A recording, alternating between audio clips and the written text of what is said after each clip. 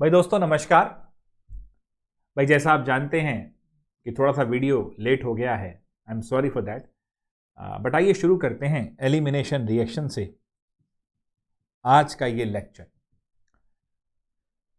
Elimination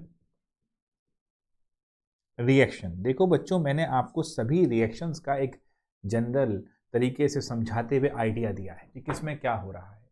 सबसे पहले शुरुआत की थी हमने एडिशन रिएक्शन, फिर हम आगे चले गए, हमने देखा न्यूक्लियोफिलिक सब्स्टिट्यूशन, फिर देखा हमने अभी न्यूक्लियोफिलिक एडिशन, और अब हम बात कर रहे हैं एलिमिनेशन रिएक्शन। बच्चों बहुत ही सिंपल सी बात है, तीन तरीके से इसको आप स्टडी करोगे।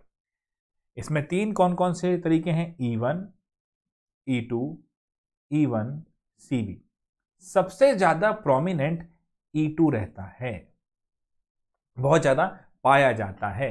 E1 याद है, मैंने SN1 के साथ एक एलिमिनेशन समझाया था, जहां मैंने आपसे कहा था, जरा बड़े ध्यान से समझिएगा, मैंने आपसे कहा था कि भाई जब ये कार्बोकैटायन बनता है तो इसके पास दो तरीके होते हैं कि या तो ये एलिमिनेशन शो कर दे और मुझे ये बना के दे दे। एलिमिनेशन का प्रोडक्ट है, जरा साथ चलते जाओ, बड़े ही आसानी से समझ में आता चला जाएगा। दूसरा ये था कि इसके अंदर हमने सब्स्टिट्यूशन कराया था, याद होगा, OH माइनस आया था, सब्स्टिट्यूशन हुआ था। मेरे बच्चों, मैंने आपसे कहा था प्रेफरेबली ये चाहता है एलिमिनेशन में जाना। दरअसल क्यों? जरा फोकस करना फिर से एक बार। इस पूरे मॉलिक्यूल पे एक प्लस चार्ज आ रहा है और ये चाहता है कि इस प्लस चार्ज को नमस्ते कर दिया जाए, यानी इस प्लस चार्ज को छोड़ दिया जाए। इस बातों को ध्यान से रखना। अभी नेम रिएक्शन में जब कैनी-ज़ेरो आएगा तो कैनी-ज़ेरो रिएक्शन में वो माइनस से अपने आप को निजात पाना चाहता है और वहां वो H माइनस छोड़ता है। यहां अगर प्लस से निजात पाना चाहता है तो H प्लस छोड़ देगा। समस्या कोई नहीं है, चीजें वही हैं। चार्ज आएगा तो बेचैनी बढ़ेगी, चार्ज आएगा तो उससे वो निकलना चाहेगा। तो इस चार्ज को निकालने का उसके पास बेटर रूट क्या है? भाई इस चार्ज को निकालने के लिए अगर वो यहां से डबल बॉन्ड की तरफ बढ़ता है, एलिमिनेशन की तरफ बढ़ता है, तो मैंने आपसे कहा था यहां भी sp2 है, यहां भी sp2 है, बॉन्ड एंगल सेम रहेगा और कोई भी स्पीशीज नहीं चाहती कि बॉन्ड एंगल कम हो जाए। उससे बिला वजह रिपल्शन बढ़ जाएगा और रिपल्शन बढ़ गया तो दिक्कत बढ़ेगी, फिर तो मुसीबतें बढ़ जाएंगी। तो हम चाहते हैं कि रिपल्शन ना बढ़े। चलिए जी, तो इसका मतलब बड़ा सीधा सा है कि वो एलिमिनेशन प्रेफर करेगा। क्यों? क्योंकि बॉन्ड एंगल दोनों में ही 120 रहेगा। और मैंने आपसे कहा था कि समवॉट इसको हम कह सकते हैं, जो स्ट्रक्चरल थ्योरी ऑफ रिएक्टिविटी वाला कॉन्सेप्ट, इसको और इलॉबरेट करें तो ये चीज फिट होती है। फिर मैंने आपसे कहा था बच्चों की एलिमिनेशन में एक साइड प्रोडक्ट जैसे कि H2O निकलेगा, और H2O निकलेगा तो ऑब्वियसली बात है, अगर नंबर ऑफ आपके जो प्रोडक्ट हैं वो ज़्यादा हो रहे हैं तो एंट्रोपी बढ़ जाती है, तो थर्मोडायनेमिकली स्टेबल है। तो अगर हीट भी कहीं दिखती है तो भी वो आपको एलिमिनेशन की तरफ ही लेके जाएगा। और फिर मैंने आपसे कहा था कि फिर भी चाहते हो कि सब्स्टिट्यूशन हो, इस चार्ज को मेंटेन रख पाओ, तो पोलर प्रोटिक सॉल्वेंट डाल दो। अच्छा, यहां जो ये हो रहा था ना बच्चों, यही E1 था। अगर मोटे तौर पे समझा जाए तो ये तो SN1 हो रहा था, ये E1 हो रहा था। E1 और SN1 दोनों साथ साथ ही चलते हैं, दोनों का लगभग जन्म जन्म का साथ है। बट वो डिपेंड करता है कि अब आप सॉल्वेंट की कंडीशन किस तरह दे रहे हो, किस तरह रिएक्शन कंडीशन को हीट कर रहे हो, तो थर्मोडायनेमिकली प्रेफर करेगा, एलिमिनेशन की तरफ जाएगा, अदरवाइज सब्स्टिट्यूशन की तरफ जाएगा। तो ये एक कॉन्सेप्ट इसके अंदर दिमाग में बैठाना था और वो मैंने SN1 SN2 के साथ बता रखा है। बच्चों एक्चुअली एलिमिनेशन डिपेंड करता है टाइमिंग पे, CH बॉन्ड का टूटना या C और जाने वाले लिविंग ग्रुप का टूटना। लिविंग ग्रुप कह सकते हो, ये वही न्यूक्लियोफाइल होता है जो जा रहा होता है, जो SN रिएक्शन में लिविंग ग्रुप कहा था और अराइविंग ग्रुप कहा था। लीविंग ग्रुप अराइविंग ग्रुप तब कहा था जब सब्स्टिट्यूशन हो रहा था। यहां पर सब्स्टिट्यूशन नहीं होगा, यहां पर जाने वाला चला जाएगा। मुसाफिर जाने वाले, तो उन्हें जाने दो, उन्हें सब्स्टिट्यूट नहीं कर रहे हो, ये ध्यान रखना। तभी एलिमिनेशन होगा। अगर सब्स्टिट्यूट हो गया तो फिर तो न्यूक्लियोफिलिक सब्स्टिट्यूशन हो जाएगा, मतलब ये जाएगा, इसकी जगह कोई और नहीं आएगा। एक एग्जाम्पल लेके देखते हैं मित्रों।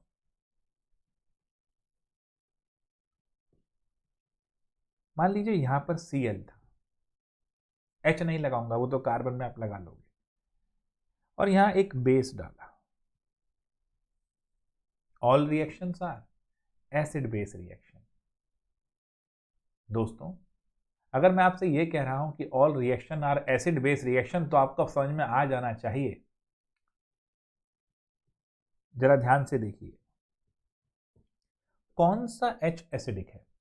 अगर ये वाला H निकालता हूं तो यहां माइनस आएगा, इस कार्बन पे H प्लस निकाला माइनस आए। देखो एसिड वो है, बड़ा सिंपल सोच के चलना। एसिडिक H कौन होगा? जिसके निकल जाने पर स्टेबिलिटी आएगी। कौन सा H छोड़ोगे? जिसके निकल जाने पर स्टेबिलिटी आएगी।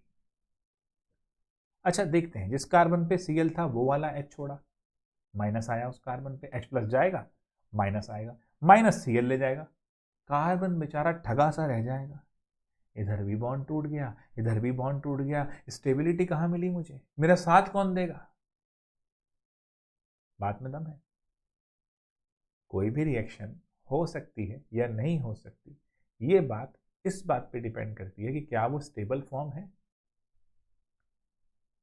क्या वो बनना चाहता है। भाई ये सिर्फ केमिस्ट्री नहीं है, ये हमारी लाइफ में भी होता है। अभी लॉकडाउन था तो कई लोगों ने रिजीम फॉलो कर ली कि चलो जी अब घर में है तो घर में ही खाएंगे और ये, लेकिन वो हैबिट नहीं थी ना, वहां पर वो स्टेबल नहीं थे ना। तो जैसे ही हलवाई खुला, हल्दीराम खुला, जलेबी फिर आ गई, क्योंकि स्टेबल फॉर्म तो जलेबी खाने की है ना, अपनी ही बात कर रहे हैं हम, है ना। तो बेसिक बात क्या है, हमेशा मॉलिक्यूल उस तरफ जाएगा जहां स्टेबिलिटी होगी। अपने दिमाग में ये बात बैठा लो। अगर आप H प्लस छोड़ रहे हैं तो क्यों छोड़ेंगे? क्योंकि उसको छोड़ने के बाद क्या आप स्टेबल हैं? भाई यही चीज अभी यहां पर आते हैं, यही चीज आप देखिए ना। अगर मैं आपसे कहता हूं भैया HI और HCl दोनों में से कौन सा बढ़िया एसिड है, आता है ये सवाल हेलो एल्केन्स वाले में। तो आप कहते हैं जी H प्लस छोड़ दिया I माइनस मिल गया, H प्लस छोड़ दिया Cl माइनस मिल गया। अब I माइनस और Cl माइनस को कंपेयर करो, क्योंकि माइनस चार्ज दोनों पे, लेकिन आयोडीन का साइज बड़ा है। नान मैंने भी खाई, नान आशीष ने भी खाई, आशीष पतला बच्चा है, साइज कम है। नान खाने को ज्यादा बर्दाश्त नहीं कर पाएगा, मैं संभाल लूंगा, समझ गए? अब मोटा मत बोलना भाई। देखो यहां पर I माइनस है, साइज बड़ा है, यहां पर Cl माइनस है, साइज छोटा है, माइनस चार्ज दोनों पे। अब I माइनस में जगह ज्यादा है, साइज ज्यादा है, माइनस चार्ज वही है, तो यहां पर चार्ज डेंसिटी कम है, यहां पर चार्ज डेंसिटी ज्यादा है। अब चार्ज डेंसिटी कम है, फिर वही चीज सोचो, चार्ज कम एक्यूमुलेटेड है तो स्टेबिलिटी ज्यादा है, तो I माइनस स्टेबल हो गया, Cl माइनस नहीं हुआ। लॉ ऑफ स्टेबिलिटी तो बच्चों वही है, more the charge accumulation less the stability. तो अगर मैं कह दूं चार्ज डेंसिटी या मैं कह दूं चार्ज एक्यूमुलेशन, बात तो एक ही है भाई, उलझने वाली क्या बात है। यहां पर अब क्या होगा, तो इसका मतलब बड़ा सीधा सा है कि ये स्टेबल नहीं हुआ, कार्बन पे तो फिर दो बॉन्ड टूट गए, स्टेबिलिटी नहीं आई। चलिए तो और कहां से तोड़ सकते हैं? अगर ये वाला H निकालें तो यहां माइनस आएगा, यहां माइनस आएगा, तो एक तरीके से अगर हम देखें तो ये माइनस इधर आ जाए, यानी ये बॉन्ड टूटे, ये इधर हो जाए, और ये Cl माइनस ले जाए, तो यहां डबल बॉन्ड लग सकता है ना, लग सकता है बच्चों। और बड़े पेज पे ले लेते हैं, जरा मेरी बात ध्यान से देखिएगा। यहां Cl था, यहां CH3 था, मेरा OH माइनस आया, OH माइनस ने पहले आके इस पे अटैक किया, इस पे अटैक करा तो ये वाला H ले गया, तो ये इधर बॉन्ड टूटने पे और ये इधर, यही हुआ। सिंपल है। हम जो एरो घुमाते हैं उस एरो को घुमाने के लिए इस तरह भी तो समझ सकते हैं। देखो कुछ लोगों में एक फितरत होती है कि नहीं, किताबों में इस तरह बना हुआ है, इसी तरह बनाऊंगा, मैं तो गुलाम हूं, जो मुझे कहा जाएगा वही मैं करूंगा। यही समस्या आ जाती है दोस्तों। हम जब रिसर्च में भी होते हैं ना, हम कई बार देखते हैं ना कि इंडिया में रिसर्च अच्छी होती है, बहुत अच्छे लोग हैं, बट फिर भी बहुत सारी चीज़ें हम दबा जाते हैं क्योंकि हमें लगता है कि शायद हम गलत कर देंगे, क्योंकि किताबों में तो इस तरह रिप्रेजेंट नहीं था, इसने आज तक तो किसी ने ऐसा रिप्रेजेंट नहीं किया, मैं कर रहा हूँ तो शायद गलत हो जाएगा, और गलत हो जाएगा तो भैया मेरी बेइज्जती हो जाएगी। अरे कुछ नहीं भाई, चीज़ों को समझो। रिएक्शन के मैकेनिज्म भी तो एक धारणा है। हम एक वे समझा रहे हैं, एक थ्योरी समझा रहे हैं, तो साइंस में एक वे समझा रहे हैं कि शायद ऐसा होता होगा। हमने कुछ एविडेंस देखे हैं तो हम देख रहे हैं कि ऐसा होता होगा, लेकिन क्या हमेशा ही ऐसा होता होगा? हम कहते हैं नहीं। तो मैं आप सभी लोगों से कहना चाहूंगा, सिचुएशंस को अपने अकॉर्डिंग देखना शुरू करो, समझना शुरू करो, अपने दिमाग में बैठाना शुरू करो। जरूरी नहीं इस तरह से उसने क्वेश्चन सॉल्व किया है, इस तरह से उसने लिखा है तो हर आदमी वैसे ही करेगा। और मैं अपने चैनल पे इस चीज़ को बार बार प्रमोट करता हूँ। आप चाहे मोल कॉन्सेप्ट देखो, मैंने सवाल कराए डिफरेंट तरीके से कराना, ईजी तरीके से कराने की कोशिश करता हूँ जो दिमाग में बैठे। और खुद सोचो, क्रिटिकली सोचना शुरू करो। यहां पर जब H निकाला है तो ये इधर घुमा है और इधर घुमा है और यहां डबल बॉन्ड आ गया है, यही तो होगा। कॉमन सेंस सोचो। अगर मैं एक छोटी बात करूं कि यहां से H प्लस गया, इस कार्बन पे माइनस आया, और क्योंकि क्लोरीन के साथ देखा जाए तो क्लोरीन के लिए ये अल्फा कार्बन है, ये बीटा कार्बन है, पड़ोस का कार्बन है। क्लोरीन कहेगा गुरु वहां से तो H प्लस गया, मैं भी चलता हूं माइनस तोड़ के, भाड़ में जाओ तुम, काहे के कार्बन हो भैया। और बिगर पिक्चर देखो, इस पूरे को एक्स मानो, थिंक अबाउट इट, पूरे स्ट्रक्चर को एक्स मानो, सब भूल जाओ, पूरा स्ट्रक्चर एक्स माना। इस एक्स में से H प्लस लेकर OH चला गया, H प्लस लेके गया तो X पे क्या आएगा? माइनस। तो अब ये स्ट्रक्चर अपने आप को स्टेबलाइज करने के लिए क्या करेगा? किसी को माइनस लेके बाहर भेजने के लिए बोलेगा, तो Cl माइनस वो लेके चला गया, यही हुआ है। Try to compare it, link करना सीखो। इस मॉलिक्यूल पे प्लस था, इसने कहा कि H प्लस बेटा आप प्लस लेके निकल जाओ, H प्लस प्लस लेके गया, इस कार्बन पे माइनस आ गया, माइनस ले चला गया और ये प्लस कैटर हो गया और डबल बॉन्ड लग गया, यही हुआ था। यहां पर जैसे ही बेस ने इस स्ट्रक्चर में से H प्लस निकाला, स्ट्रक्चर पे माइनस आ गया। सबसे इजी कौन था? Cl के लिए माइनस को लेके जाना। कोई खास फर्क नहीं गुरु, फर्क सिर्फ इतना है, यहां पर बन रहा था कार्बोकटायन, यहां क्या बन गया? Carbon ion. क्या बन गया बच्चों? Carbon ion. ध्यान से देखो, कार्बन आयन बन रहा है, और कार्बन आयन स्टेबल नहीं हो रहा है इसमें, क्योंकि स्टेबल करने के लिए कोई है ही नहीं कार्बन आयन को। अगर होता तो बात की बात होती, है ही नहीं। यहां तो अनस्टेबल करने वाले बैठे हैं भैया। कैसे ये गुरु इसको अनस्टेबल करेगा? समझना शुरू करो, दिमाग को डीप लाना कोशिश करो भाई। जैसे ही OH इस H को हटाएगा और यहां माइनस आने की कोशिश होगी, तो ये वाला तो इसको क्या कर रहा है?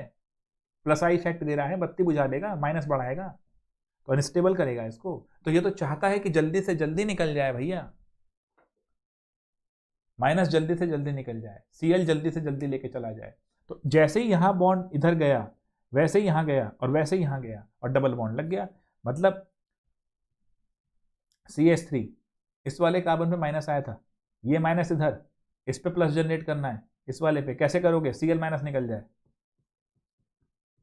और यहां बन जाए।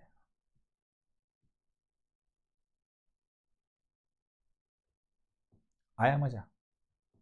अब देखो मजे की बात, क्योंकि इस कार्बन पर माइनस जब आएगा तो अनस्टेबिलिटी करने के लिए ये ग्रुप भी है ना। तो यहां पर अगर आएगा, देखो यहां इसके क्लोरीन के हिसाब से ये बीटा कार्बन है, ये भी बीटा कार्बन है।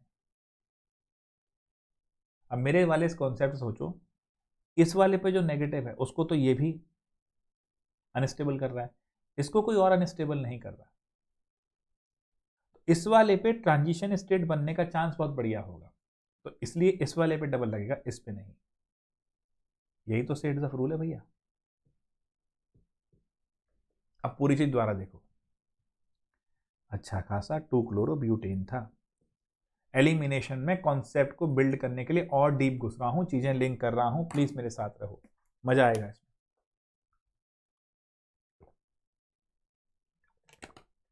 Try to link it.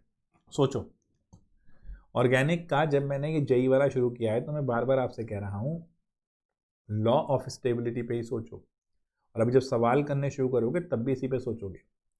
And all reaction are acid base, इस पे सोचो। मेरे पास ये था, OH माइनस आया, एलिमिनेशन के लिए अल्कोहलिक केवच डालते हो, OH माइनस आया,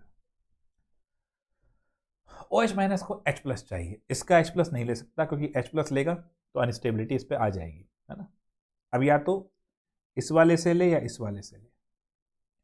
इस वाले से अगर मैंने H प्लस लिया, यानी ये वाला इधर और ये वाला इधर, तो यहां डबल बॉन्ड आ गया। इस वाले से लेता तो डबल बॉन्ड यहां आता, ध्यान से देखिएगा। इस वाले से लेता यहां माइनस आता, तो इसको अनस्टेबल करने के लिए कोई नहीं है, इसको अनस्टेबल करने के लिए ये है। अगर ये अनस्टेबल हो रहा है तो इसका मतलब जो बीच में मेरे पास देखो, जो SN2 था वहां पर मेरा कार्बोकटायन स्टेबल नहीं था, जो E2 है इसमें मेरा कार्बन आयन स्टेबल नहीं है भाई, सिंपल। ट्रांजिशन स्टेट वहां भी, ट्रांजिशन स्टेट यहां भी। E2 भाई है SN2 का, E1 भाई था SN1 का। डूब के देखो क्या मजा है, डबल बॉन्ड आ गया। और फिर मैंने ये भी तो कहा था, अगर आपने इस चैनल पे ही देखा है तो, एलिमिनेशन के दौरान अगर हम ध्यान से देखें तो बीटा कार्बन से H प्लस हटना है, तभी इनको कहते हैं बीटा एलिमिनेशन। बीटा कार्बन से H प्लस हटना है, तो क्लोरीन क्या कह रहा है, हम तो जाएंगे बीटा से H भी लेके जाएंगे, तभी डबल बॉन्ड लगेगा। Try to correlate. जब एडिशन होता है तो 1-2 एडिशन होता है, या 1-4 भी आएगा अभी आगे टेम्परेचर बढ़ाने पर, बट 1-2 एडिशन होता है। पहले वाले को अगर H प्लस मिला है, मतलब H मिला है, तो दूसरे वाले को क्या मिलेगा, Br माइनस। यही तो हुआ था दोस्तों, तभी तो वो पाई बॉन्ड खुल के सिग्मा बन गया था। अब यहां क्या होगा, अगर सिग्मा से पाई बनाना है, जिन दो के बीच में डबल बॉन्ड था, एडिशन देके आपने डबल बॉन्ड तोड़ा था और उन दोनों को चीज दे दी थी। जब एलिमिनेट करोगे तो सिंगल से डबल आएगा, तो ये दोनों चीज खींच के ले जाओगे। तो अगर देखा जाए तो होगा तो फिर वही बीटा एलिमिनेशन, क्योंकि पहले वाले को जब H प्लस दिया था, दूसरे को Br दिया था। अब अगर एक से H प्लस लोगे तो दूसरे से Br खींचोगे, तो होना तो बीटा एलिमिनेशन ही है। एडिशन में जोड़ते हो, एलिमिनेशन में लेते हो। एडिशन में 2 से सिंगल बॉन्ड करते हो, डबल से सिंगल या ट्रिपल से डबल करते हो, एक बॉन्ड डाउन करते हो। एलिमिनेशन में एक बॉन्ड अप करते हो, जो सीढ़ी नीचे लेके जाएगी वही सीढ़ी ऊपर लेके आएगी। दोनों के चढ़ने उतरने का तरीके का फर्क है। कॉन्सेप्ट को देखने की कोशिश करो, विजुअलाइज करने की कोशिश करो, रटने की कोशिश मत करो please. My humble request is, my dear friends, try to understand the core concept. मैं देखता हूं, मैं जब पढ़ाता हूं तो कई बच्चे कहते हैं कि सर इसका नोट्स भी हमें लिखवा ही दो ताकि हम याद कर लें, हम तो हैं ही। तभी तो भैया एप्पल के फाउंडर आते हैं मिस्टर वोजनियाक, बार बार कहता हूं, चुपती है बात, और कहते हैं इंडियंस को क्या चाहिए, क्रिएटिविटी नहीं चाहिए ना, फॉलो करवा लो बस। इतना महान देश हमारा, बस सिर्फ अच्छी नौकरी ढूंढता रहेगा। हमारे लिए पढ़ाई सिर्फ अच्छी नौकरी ढूंढने का एक बहाना है। हम सोचना नहीं जान सकते क्या, हम जान सकते हैं भैया। बहुत जुगाड़ू कंट्री है, सोचना जान सकते हैं। सोचो ना, फिर डूब के पढ़ो ना यार, तभी अलग मजा आएगा गुरु। कब तक हम वही करते रहेंगे कि नोट्स लिखवा दे और हम याद कर लें और काम हो जाएगा, क्योंकि आने वाला फ्यूचर तो उसमें है ही नहीं ना दोस्तों। मैं देखता हूँ यूट्यूब भरा पड़ा है भाई साहब, जिसमें सरकारी नौकरी कैसे लें, ये पेपर कैसे पास करें, वो पेपर कैसे पास करें। अरे फ्यूचर में जॉब ही कहाँ है भाई? 30-30 साल की, 25-25 साल की जॉब की जरूरत थोड़ी है। क्यों नहीं समझते हो इस बात को? आर्टिफिशियल इंटेलिजेंस बुरी तरह तोड़ेगा आपको। सोचो जब कंप्यूटर आया था तब लोग कहते थे कि जॉब छीन लेगा कंप्यूटर। हाँ छीनी उसने, जो लोग अडेप्ट नहीं कर पाए उसकी जॉब छीन लिया, ले गया वो। लेकिन जो कर पाए उनके लिए नई जॉब ले आया। आईटी ने कितने लोग एम्प्लॉय कर दिए। तो एडेप्टेशन है ना। कब तक समझेंगे हम कि आगे आने वाला वक्त क्या चाह रहा है? क्यों हम इंजीनियरिंग सिर्फ इसलिए करना चाह रहे हैं कि बीटेक मिल जाएगी आईआईटी से और एनआईटी से तो हमें नौकरी मिल जाएगी? मेरे बच्चे, तुम अभी पेपर दोगे और जब तुम 4 साल बाद निकलोगे तो माहौल बहुत हद तक बदल चुका होगा। और अगर एडेप्टेशन करनी नहीं आई, सोचना नहीं आया, सिर्फ रटना ही आता था, तो धज्जियां उड़ जाएंगी बच्चों। प्लीज, जब मैं आप यूट्यूब पे आया हूं आपके साथ, जब आप लोगों का साथ मिल रहा है, तो I want you to understand this thing. Sign मिल रहे हैं, जॉब कट हो रहे हैं, जॉब कम हो रही हैं। अभी भी संभल जाओ, सोचना शुरू कर दो, उन आदतों को बदल दो।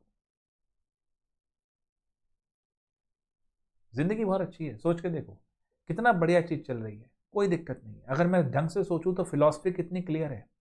जो एडिशन, इतने बड़ी 40 पेज के नोट्स की जरूरत नहीं है गुरु, एक सिंपल कॉन्सेप्ट की जरूरत है। सोचो, एडिशन में पाई बॉन्ड से सिग्मा बॉन्ड बन रहा था, डबल से सिंगल, ट्रिपल से डबल से सिंगल, यानी बॉन्ड कम होता जा रहा था। क्यों? एडिशन होता जा रहा था।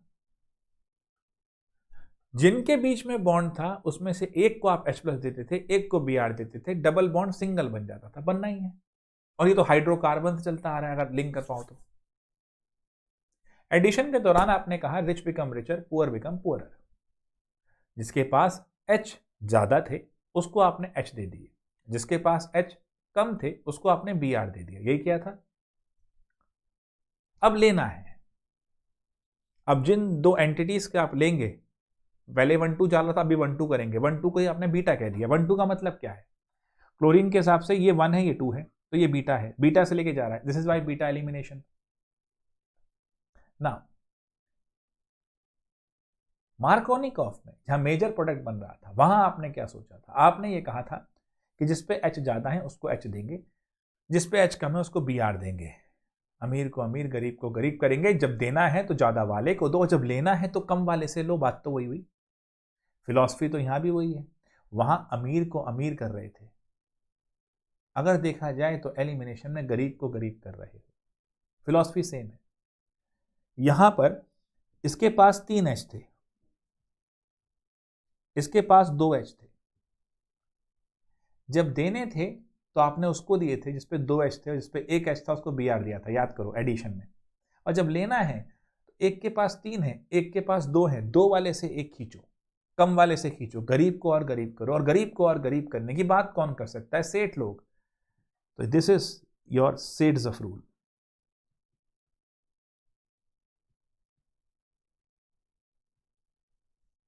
इतना सिंपल बात है, कोई बड़ा गणित नहीं है, कोई मुझे चिल्लाने की जरूरत नहीं है। बात समझ में आ रही है बच्चों? Many a times I feel कि मैं भी स्मार्ट बोर्ड ले लेता हूं, अलग हल्ला गुल्ला मचाता हूं, बट वाई? प्यार की बात जब दिल तक पहुंचती है तो उसमें चिल्लाना नहीं पड़ता। हाँ, गुस्से में 2 लोग पास होके भी चिल्लाते हैं। हम आराम से चीजें कर सकते हैं, कोई ऐसी दिक्कत नहीं बच्चों। चलिए, तो दिस इज सेड्स ऑफ रूल, है ना। तो सेड्स ऑफ प्रोडक्ट क्या कहता है कि डबल बॉन्ड उस तरफ आएगा जहां पर कार्बन ज्यादा सब्स्टिट्यूटेड होगा। ये बीटा कार्बन पे 3 H थे, इस बीटा कार्बन पे 2 H थे। 2 H थे तो एक सब्स्टिट्यूशन जा रहा था, इसके मुकाबले तो जो ज्यादा सब्स्टिट्यूटेड होगा वहां बनेगा। अब एक चीज और देखो, इस वाली एल्कीन पे 6 अल्फा एच है, हाइपर कॉन्जुगेशन, तो दिस इज मोर स्टेबल। अगर यहां देखूं तो अब इसके हिसाब से क्या है, यही है बस, समझ में आ गई बात। तो मोर अल्फा एच बेटर दी हाइपर कॉन्जुगेशन स्टेबिलिटी। क्लियर जी। अब मान लीजिए थोड़ा और आनंद है,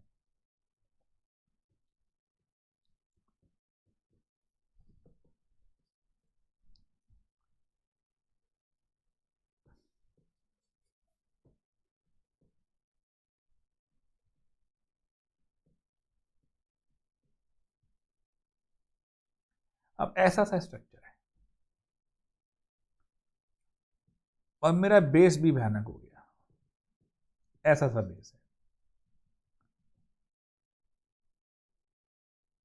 थोड़ा और क्लैरिटी लाने के लिए मजा आएगा तुम्हें। अब देखो,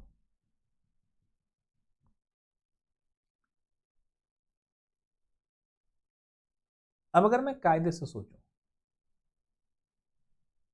तो किस तरफ जाना पड़ेगा। अब यहां पे भी 2H, यहां पर भी 2H, यहां से H निकालने पर अनस्टेबिलिटी ज्यादा दे रहा है, तो प्रिडोमिनेंटली यहां पर डबल बॉन्ड आना चाहिए था। सेड्स अब तो नहीं लग सकता है, दोनों ही H वैसे हो गए, बट यहां पर बेस भी बल्कि है,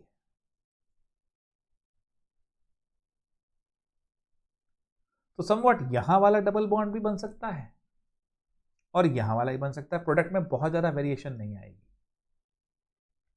और अगर और मजा ले लूं,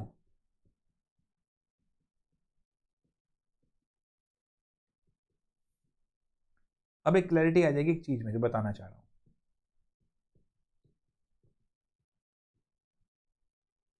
अब मुसीबत क्या है, इस पे 2H है, इस पे 3H है। कायदे से आप कहोगे डबल बॉन्ड यहां बनना चाहिए, परंतु अब यहां बल्कि बेस है, यहां हल्की बेस था, हल्की मतलब छोटा, है ना, ये एक बल्कि बेस है। मैं साइज की बात कर रहा हूं, बल्क माने मोटा साइज, है ना। एक चीज सोचो बच्चों, एक छोटी सी गली है, ऐसे समझ में आ जाएगा जल्दी। छोटी सी गली है, इस गली के अंदर एक मस्त कचौड़ी वाला बैठा है। ये गली का बाहर है, मेन रोड है, यहां भी वही कचौड़ी वाले की शॉप है। नॉर्मली अंदर वाली शॉप पे ये 20 की देता है 2 कचौड़ी, और बाहर वाली पे देता है 30 की 2 कचौड़ी। ऑब्वियस सी बात है, हम अंदर जाए खा लेंगे भाई साहब, बाहर आ क्या मतलब है। लेकिन आज हम आए हैं अपनी मस्त बड़ी गाड़ी में, लेट्स से BMW में आ रहे हैं। अब वो गाड़ी अंदर लेके जाएंगे तो गली छोटी है। अब ये माना कि भाई साहब कचौड़ी तो हम खा लेंगे, बट गाड़ी में कहीं लग गया भैया तो देने के देने पड़ जाएंगे। मैं चलो आज हम बाहर ही खा लेते हैं मेन रोड पे। अब बल्क की बेस लेके आ रहे हैं, अंदर वाले पे एच अटैक करने आएंगे तो यहां भी बल्क है, रिपल्शन भी हो जाएगा बेटर, तो फीजेबल नहीं रहा। अब हम क्या सोचते हैं, इस वाले में जरा क्लियर आएगा तुम्हें। ये तो चलो है ही, यहाँ तो यहाँ भी 2 ही एच हैं, 2 ही एच हैं, तो बहुत ज़्यादा फर्क नहीं महसूस करोगे। यहाँ देखो, इस वाले में इस पे 3H थे, इस पे 2H थे। कायदे से अगर हम देखें तो यहां डबल बॉन्ड आना चाहिए था, मेजर होता प्रोडक्ट, बट इसके अंदर यहां वाला प्रोडक्ट मेजर हो जाएगा।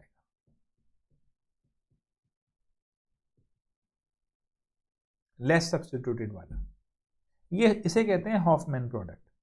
तो बल्कि बेस में ध्यान रखना, हॉफमैन के चांसेस ज्यादा होते हैं कि वो चेन के इंटीरियर में जाने में डरता है, BMW पे चोट लग जाएगी। मतलब एक तरह सोचो तो स्टेरिकली भी फेवरेबल नहीं है ये, और रिपल्शन भी रहेगा। तो शेड्स ऑफ तब फेवरेबल है जब हल्की बेस है, स्टेरिकली परफेक्ट है, और ये तब है जब स्टेरिकली दिक्कत है, हॉफमैन है। बहुत शॉर्ट में समझाया बच्चों, अभी क्वेश्चंस में इसको और इलॉबरेट करूंगा, टेंशन ना लो, बट कॉन्सेप्ट बनाओ इसका। और अगर ये जो हमारा एनायन बन रहा है,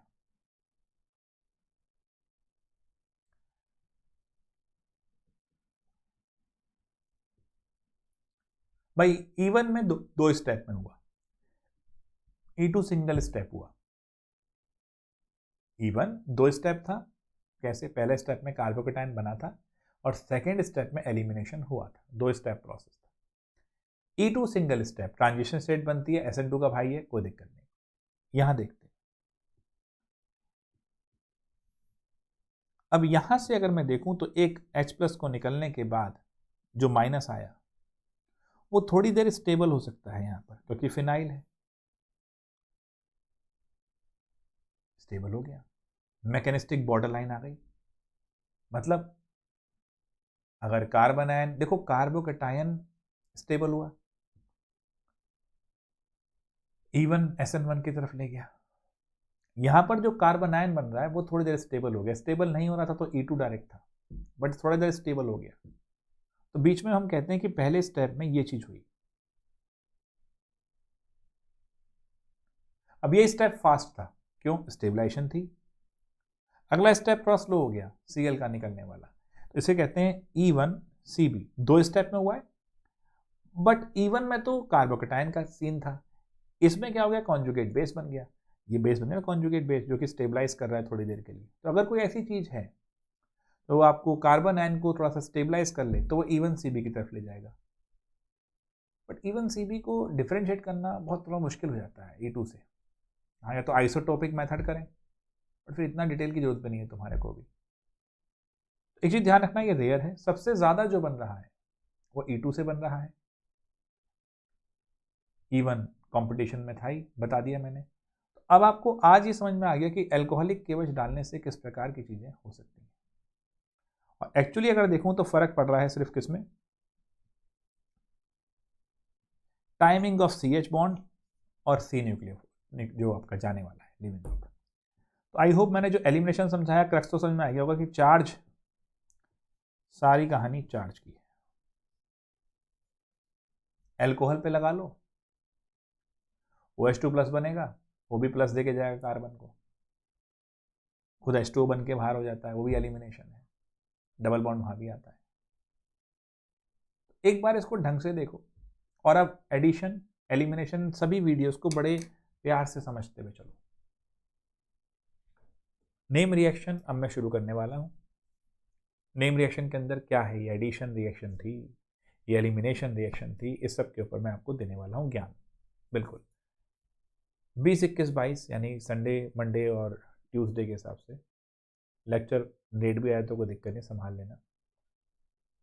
आज वाला ध्यान से देखना, अनकन्वेंशनल है, मतलब जो चल रहा था उससे अलग समझाया मैंने आपको अभी तक कि ऐसे होना है। चलो बच्चों, टेक केयर, शेयर कर लो बच्चों के साथ, जो और लोग देख सकें, थोड़ा विचार खुलें।